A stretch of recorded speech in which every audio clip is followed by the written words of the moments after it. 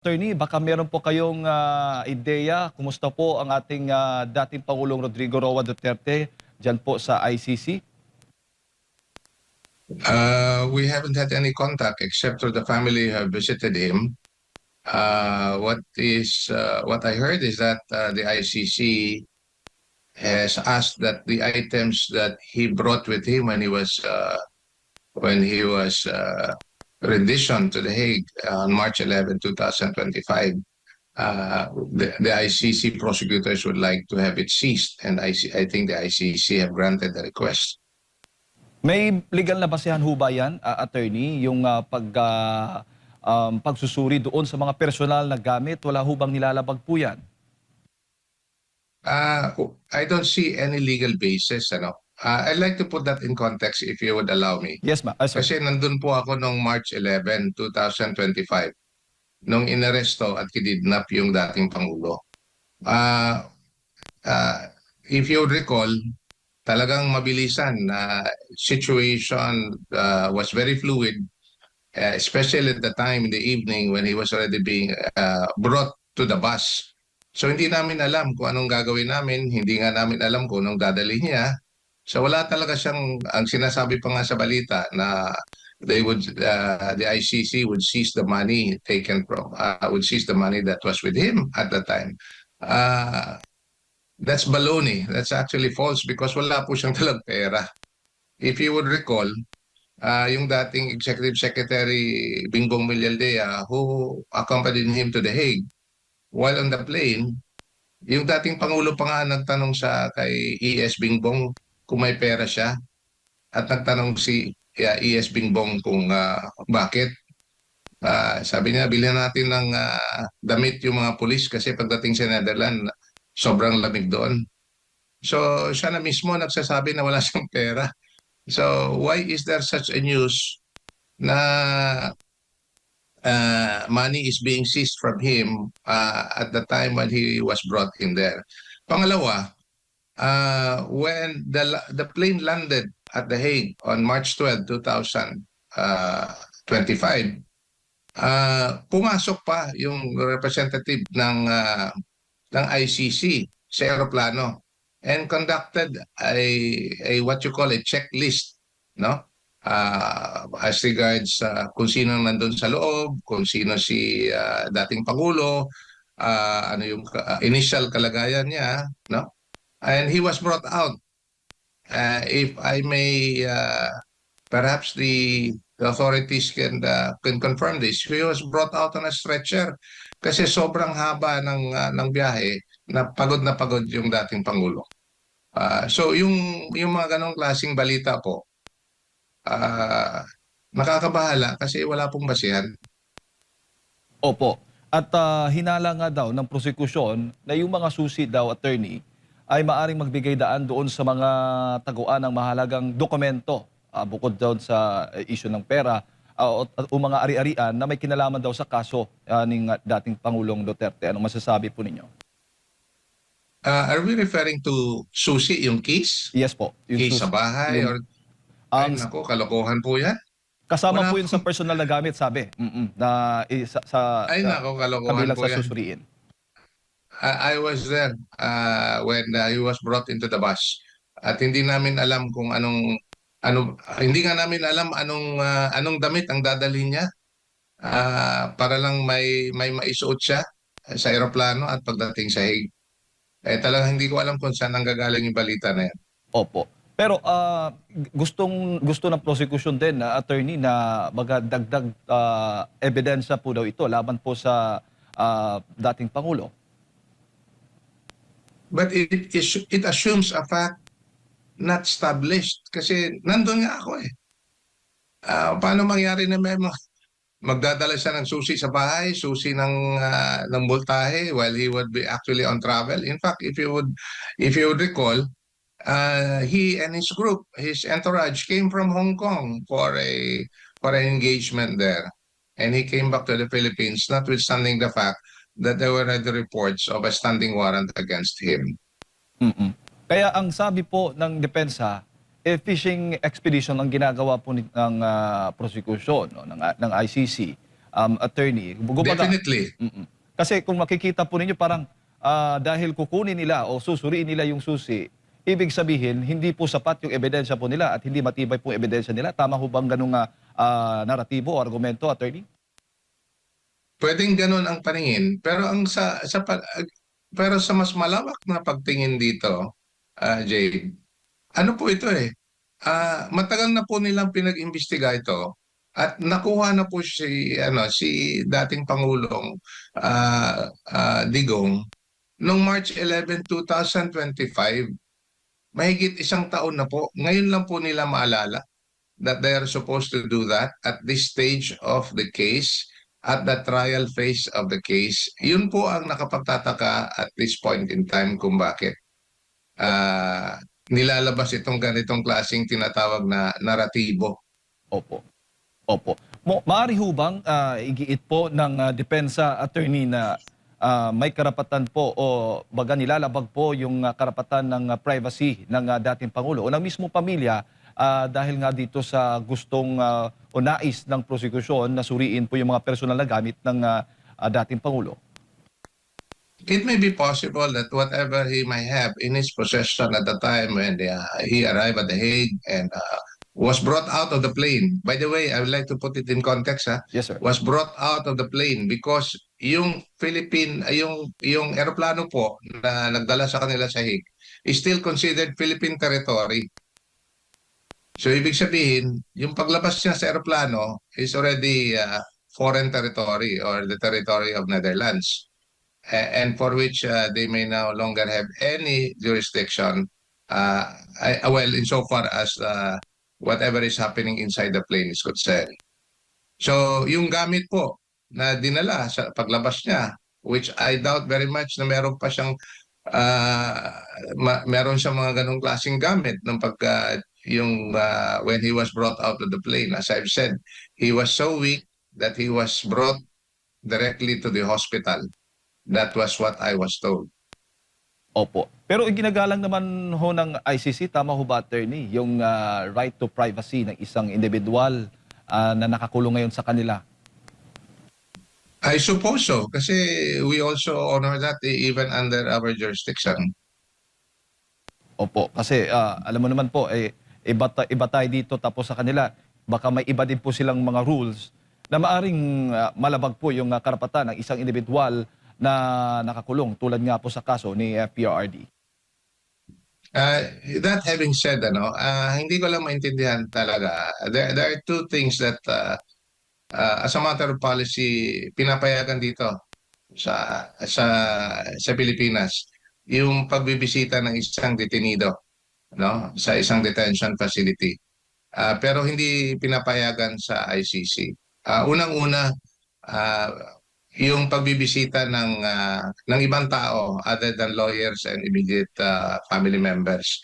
Dito sa Pilipinas, kahit kaibigan pwedeng bumisita. Obviously, regulated po yan within visiting hours, pero pwedeng bumisita sa isang detenido. Doon po hindi pwede, very restricted yung pagbibisita doon. Pangalawa, yung pagkain. Alam natin na yung pagkaing Pinoy or to put it more specific, yung pagkaing Cebuano ni Mayor Digong, ang gusto niya, no? Yung munggo, paksiw, tinola, yun po yung gusto niya na pagkain. And yet, hindi siya nabibigyan ng ganong klaseng pagkain kasi iba nga yung pagkain na binibigay doon sa Netherlands. So, pero dito, sa Pilipinas, pinapayagan tayo na kung ano yung gusto ng detenido, na pwedeng magdala ng pagkain galing sa labas. Pero yun yung mga ganong klaseng restriction na that they have in the ICC, which we don't understand because pinapayagan tayo dito sa Pilipinas. Opo. Maaari ho ba itong makapagdulot ng delay doon sa pagdinig sa kaso ng dating Pangulong Duterte, attorney, itong motion ang prosecution dyan po sa ICC? Posible po kung hindi ma-resolve early insofar as the motion of the prosecution is concerned. But then again, as I've said, they have more than 1 year to prepare for the case, for trial, in that sense. So, nakapagtataka kung bakit ngayon lang nila naisip na gumawa ng motion na ganyan. Na sa palagay ko, because I was there, talagang walang basihan. At the time when he was brought out to the bus, into the plane, and was flown out of the country. Opo. Doon naman po sa issue ng pag-freeze sa mga ah, baga pinansyal, no, o sa mga salaping na kumpiska nga mula sa kay FPRD nung siya po ay maaresto, attorney. Tama ho ba 'yon? I did not get the question. Yung nag-issue ho kasi ng itong korte na kautusan na i-freeze yung mga salaping na kumpiska mula kay FPRD nung siya po ay naaresto. Two things that comes to mind. Una, as I've said, so far as I know, wala pong basihan. Kasi nga, hindi nga natin alam kung ano yung madalian po nating pina-prepare yung mga konting damit na dala niya galing sa Hong Kong para lang may dala niya papunta sa Hague, ano? Kahit papaano man, assuming mayroong pera na kaunti, anong relevance din sa kaso na yan? Pagdating doon sa mga personal effects ng presidente. So, then again, it begs the question, ano pong relevance? Relevancy ang tawag natin dyan sa ebidensya, no, pagdating sa kaso. Opo. Attorney, bago ko lang ipasa kay partner Admar, sa issue naman po ng kalusugan ng dating Pangulong Duterte, sa tingin ho ninyo, kaya ho niyang maging present po doon sa pagdinig ng ICC sa mga darating na panahon?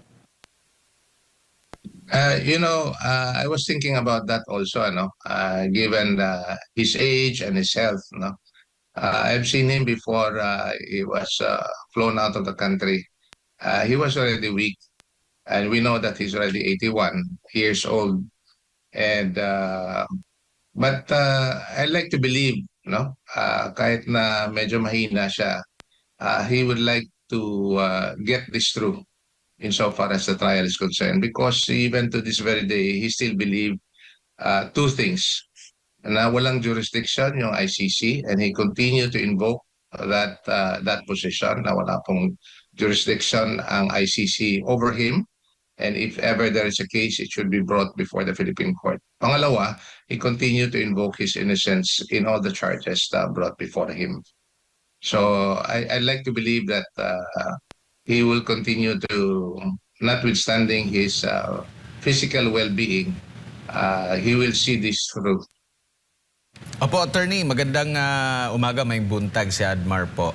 Sa regular ba na korte, pwede pa ba maglatag sa kasalukuyan ng mga ebidensya na ang haba-haba na ng kanilang panahon at yung mga akusasyon nila way before pa at meron pang mga ganito?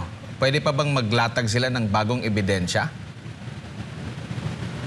Yan ang hindi ko masagot ng diretsahan na Edman, ano, patungkol sa ICC procedure. Kasi dito sa Pilipinas po, after arraignment, meron pong tinatawag na pre-trial kung saan yung mga both parties, the prosecution and the defense, ilalatag na nila yung mga ebidensya nila. And on the basis of what has been stipulated, marked as evidence during the pre-trial, that will now be the basis for the prosecution to prove their case on the basis of the testimonial and documentary evidence that were already agreed during the pre-trial, and as well as the defense. They will also have to limit their evidence based on what was already proposed during the pre-trial. Dito sa ICC, iba. Kasi nga, tapos na yung investigasyon, tapos na yung confirmation of charges hearing, noong February, ang sinasabi nila, the charges are already, there is enough evidence to proceed with trial. Ibig sabihin, meron na silang ebidensya, pero hanggang ngayon, kumukuha pa rin sila ng ebidensya, naghahanap pa rin sila ng ebidensya. Yun po ang nakapagtataka insofar as we Filipino lawyers are concerned. Kasi nga, hindi po nangyayari yan sa kaso. There are a few exceptions that happen. Yung tinatawag po nating newly discovered evidence. Ibig sabihin na discovery lang po natin during the course of the trial. And for that matter, the court may, in his discretion, allow. Pero iba po yung sinasabi nila rito eh. Yung mga ebidensya na kinukuha pa o dinadagdag pa doon sa nakuha na nakalap na nilang ebidensya. It's more of the same. So ibig sabihin that should have already been brought out much earlier than before the pre-trial. Before the trial would have begun. Opo, at marami din pong mga nakapansin nga, no? Lalo na doon sa mga recent na mga paglalagda ni former President Rodrigo Duterte na tila nahihirapan na siya sa pagsusulat, attorney, at sa comment section maraming mga nagpahayag po ng pag-alala, no? Ng mga supporters sa dating Pangulo. Ano po masasabi niyo po rito? I subscribe to that observation. I like to say this even before when he was already bumaba na sa pwesto, ano, at since I've been dealing with him in some legal matters, in one pleading, wala pa ito, hindi pa pumutok itong mga bangayan between the Marcos and the Duterte. I went to his house and I asked him to sign a pleading that he was supposed to sign. When he signed the pleading, he was already slow in signing. He was very careful in making his signature. That was about 2 years ago.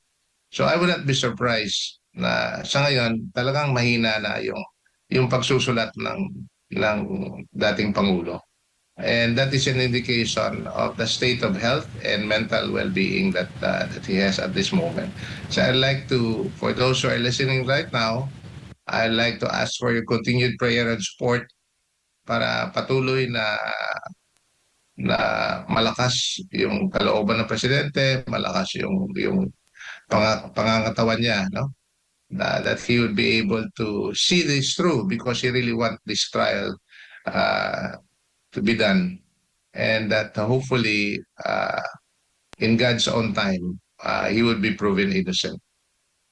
Opo, kamakailan lang ay nagbabala ang ICC court, no, yung presiding judge ukol nga po dito sa pagkokomento ng mga partido, no, both ng nagpo-prosecute at depensa, mga media comments po, no. At pwede ba silang maglabas din ng gag order dito, attorney? Kasi marami din tayong mga naririnig sa kampo ng isa, pati yung mga sumusuporta doon sa mga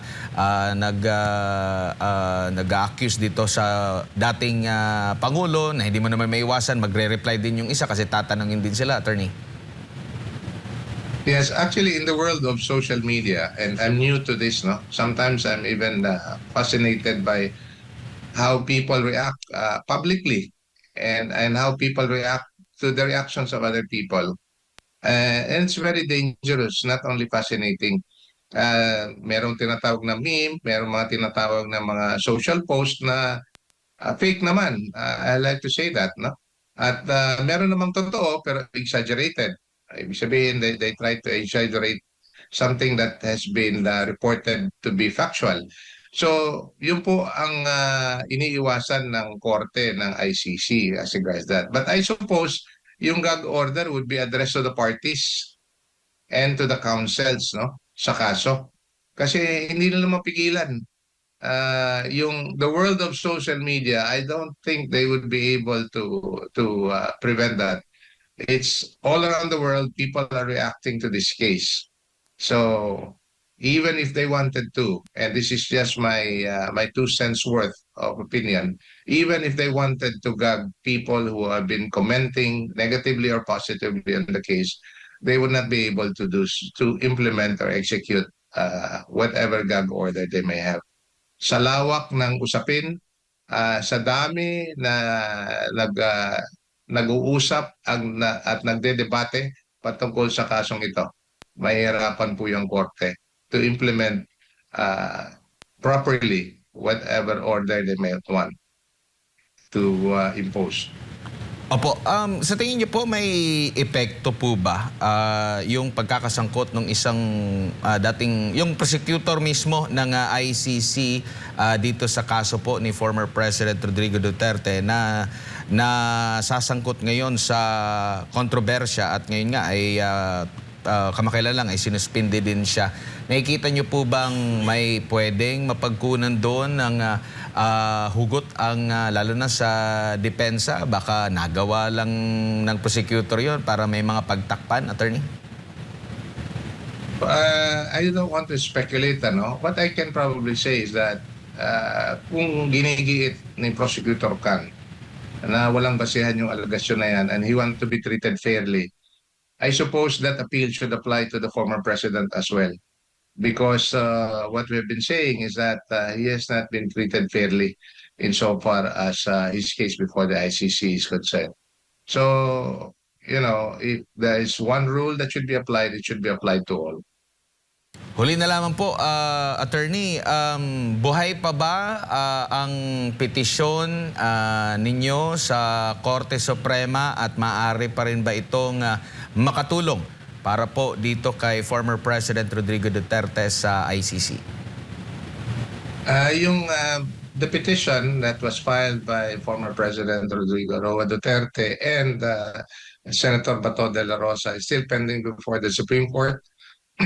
What is the latest incident actually is the pending motion for reconsideration that was filed by Attorney Bobe Torion for Senator Bato de la Rosa, and we would hope that the Supreme Court would resolve that sooner than expected, no? And hopefully would be able to resolve the main issue in this case. And having said that, to your question, obviously, whatever decision the Supreme Court may have on the petition filed by the former president would definitely have an effect on the ICC case pending before the ICC. I mean. Opo. Attorney, follow-up lamang po at reaksyon mo na lang dito nga sa naging pahayag ni Shunichi Fujiki, kamakailan, yung Managing Director po ng International Career Support Association. Sabi po niya, the prolonged detention of former President Duterte without any formal charges is nothing less than a crime against humanity. They executed an arrest first only to begin building a case afterward. Inyo pong reaksyon doon, attorney. I would agree with that statement as to the relevant period. Ano? At the time he said that, wala pa pong confirmation of charges hearing. Kasi iba kasi ito sa atin dito sa Pilipinas. I'd like to explain that a little bit. Iba kasi sa Pilipinas, kasi you build up a case and then you file a case in court, and once the court finds what they call probable cause, dalawang determination of probable cause po yan. Unang determination of probable cause is by the prosecution for the purpose of filing a case before the court. And the court will now determine probable cause for the purpose of issuing a warrant of arrest. Ngayon, may warrant of arrest na, balik tayo dito sa ICC, may warrant of arrest na yung dating Pangulo, and yet hindi pa kino-confirm yung charges. Ibig sabihin, they still do not know whether they have a case or not, no? Until February. So, yung statement na yan is only good as of February this year. Kasi now that the ICC said na meron na pong there is enough evidence to proceed to trial, then trial will have to proceed insofar as the case of the former president is concerned. Pero tama po yung pagkasabi in the context of time na meron na kayong warrant of arrest, pero hindi pa kayo makapagsabi kung may kaso o wala. It was only on February 2026 na, okay, may sapat na ebidensya na pala tayo na ituloy yung kaso to trial. Hindi sapat na ebidensya na kumbiktado yung kaso. Hindi pa po. Malayo pa po tayo dyan. Alright, attorney. At kaugnay nga ng mga serye ng karahasang nangyayari dito sa ating bansa, iniuugnay na naman po si FPRD na siya daw yung nag-normalize ng karahasan. Attorney, Ang context nito, yung nangyaring Tacloban shooting incident at iba pa. Ano masasabi po ninyo? Natawa na lang ako dyan sa mga reaction na yan, ano? And I cannot even imagine that it's coming from the official statement of government. Ganito na lang masasabi ko, baka yung lindol sa Davao Occidental, iugnay din nila kay former President Rodrigo Roa Duterte. Yun na lang siguro ang pwede kong masabi. Kasi wala na talagang wala nang kabuluhan yung reaction na yan eh.